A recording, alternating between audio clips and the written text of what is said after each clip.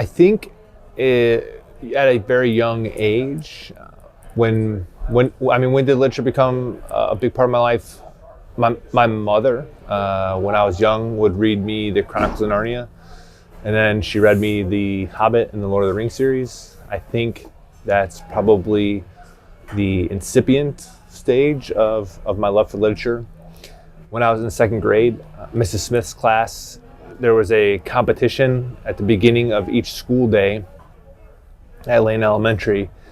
We would open up folders similar to this, and you'd have to read the story in it and take a little test at the end of the story. And if you passed the test, you got to go up in color and folders, and everybody was trying to get to the gold folder, and whoever got to the gold folder, so it was my buddy Mike and I he's my best friend, and we were neck and neck, and every morning we were so excited to get in to read our story so that we can get to the next level, the next color book.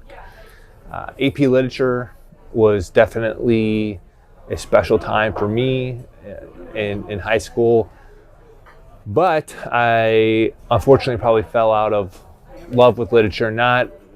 It's not you, it's me, right? That was my fault, really, and I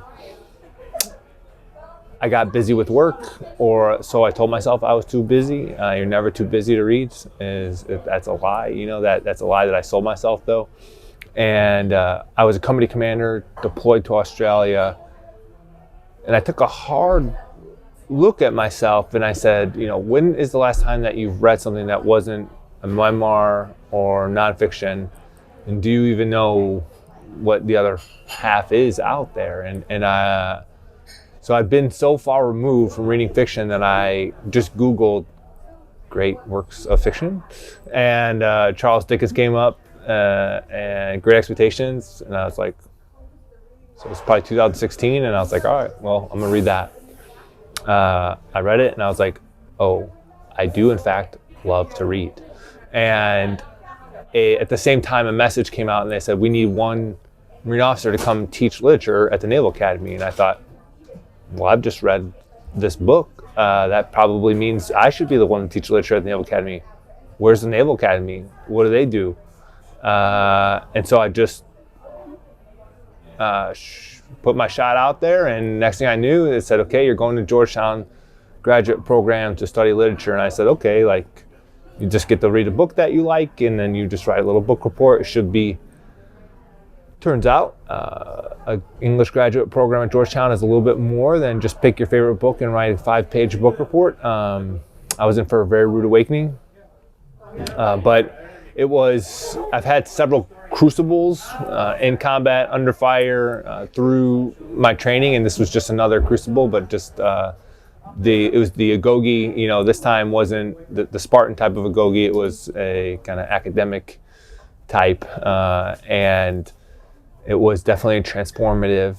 And studying the humanities, spending a year reading literature, and being trained by academics who this is, their expertise. It really, I was so one-sided. I was only a hammer, and to me the whole world resembled a nail, because I'd spent my first 10 years in the Marine Corps in the infantry with recon, and so I had not ventured out of that, and that got very comfortable. And then I spend a year in the humanities, and I'm flying to Moscow to go to conferences, Paris, London, Stanford, and now I start to get different lenses, different ways to see the world and to see problems. And I'm still mostly a hammer, I think. So I think infantry is probably still the right place for me. But if I was in a pinch, I think I have some other kind of tools that I can rely on, or at least some different lenses that I can really kind of see the world. And that's because of what literature has provided me.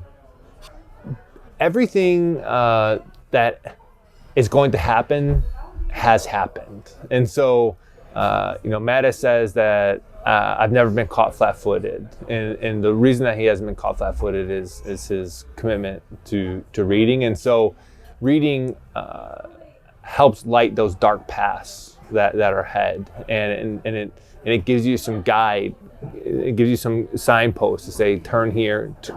And so while you may not have physically had the repetition, you can have the mental repetition for just about anything you can imagine. And you know, so what is it like to be a lieutenant in combat?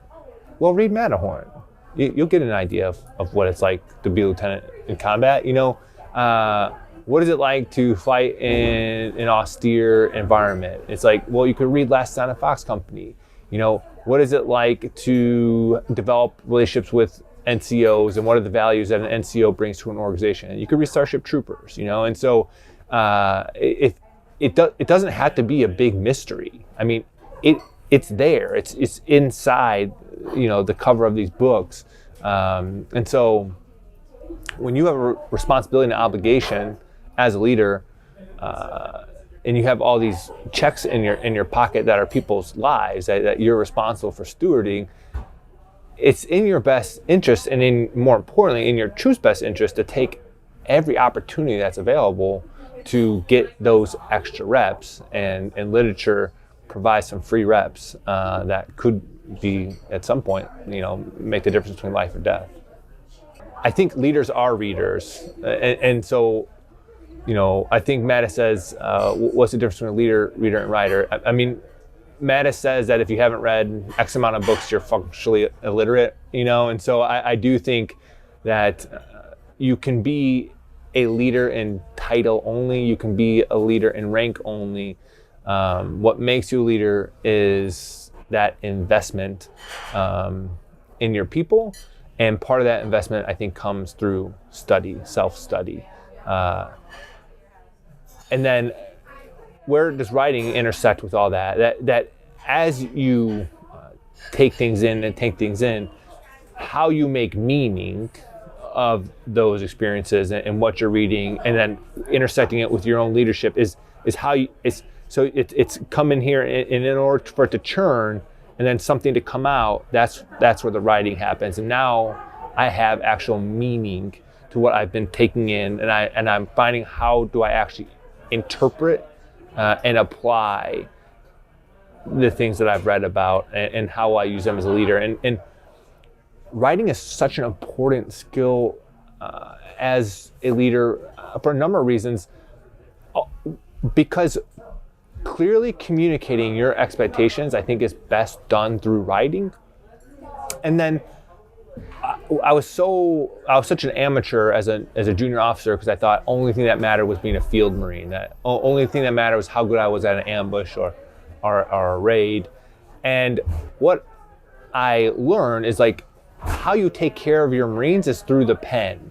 Of course, the best thing you can do for your Marines is provide them hard, realistic training. Okay, the best thing you can do for your Marines is actually, the best form of troop welfare is hard, realistic training, because that's what keeps them alive. But once you secure your Marines, you go into your office and you start writing, and that's how you get them promoted, that's how you get them paid, that's how you get them awarded, that's how you write up their performance counselings, and all that matters. That's significant to your Marines and sailors and your soldiers. So I do think writing, reading are all integral to overall leading. First things first, how does a leader effectively apply or communicate to their troops? Is one, use language they're familiar with. And so often when a leader writes their commander's intent or a new policy, they forget who their audience is. And so sometimes if I'm writing my commander's intent, I have to ask, does the PFC, if the PFC reads this, will they understand what I'm saying?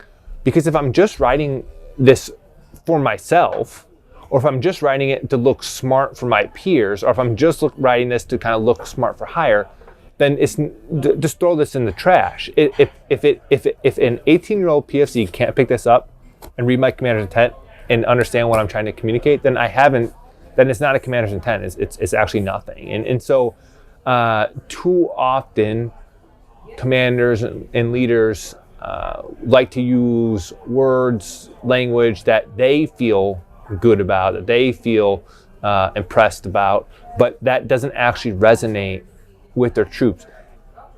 It's so hard to get people's attention these days. And as soon as you make any kind of policy or any kind of intent a second page, there's no way.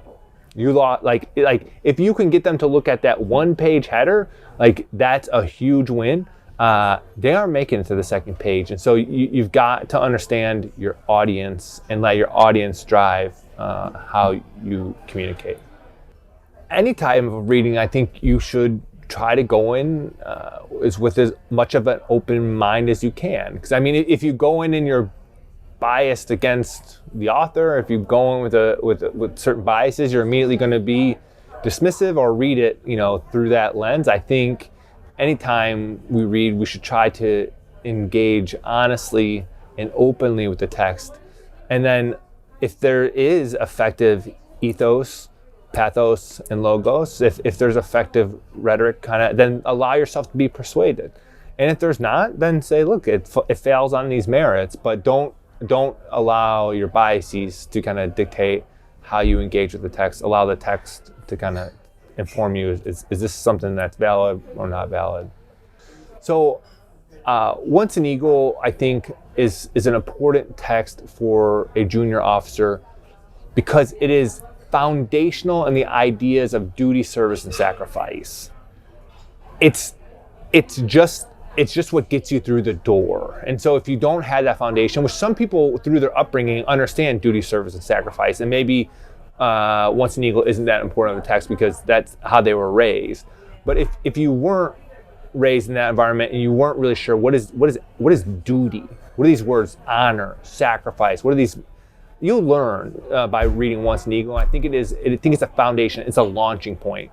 Now it comes short, it falls short in a lot of ways, but I think it's a very good place to start. So I always recommend Once an Eagle. I love Hemingway's For Whom the Bell Tolls because I think it's specifically for Marines because it's our MCDP1, which is our kind of our warfighting philosophy. It's essentially our warfighting philosophy in fiction form.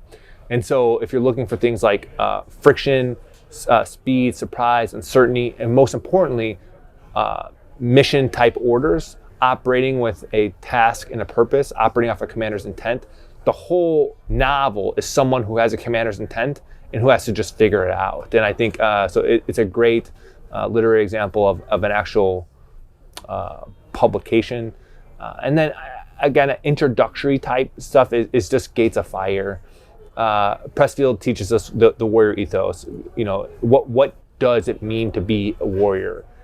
And Pressfield uses the Spartans to teach us that. And I appreciate that Pressfield is so approachable because he doesn't try to be cute. He doesn't try to be fancy. He says, what is the role of an officer? And he says, here's the role of an officer. And he goes, you want to know what killing's like? Here's what killing's like. And he lays it out for us, but in a compelling overall story arc.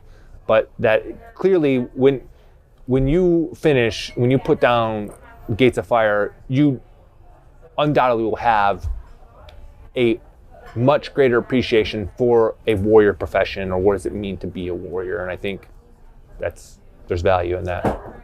I can't thank literature and writing enough for what it's done for me. Starting in 2018,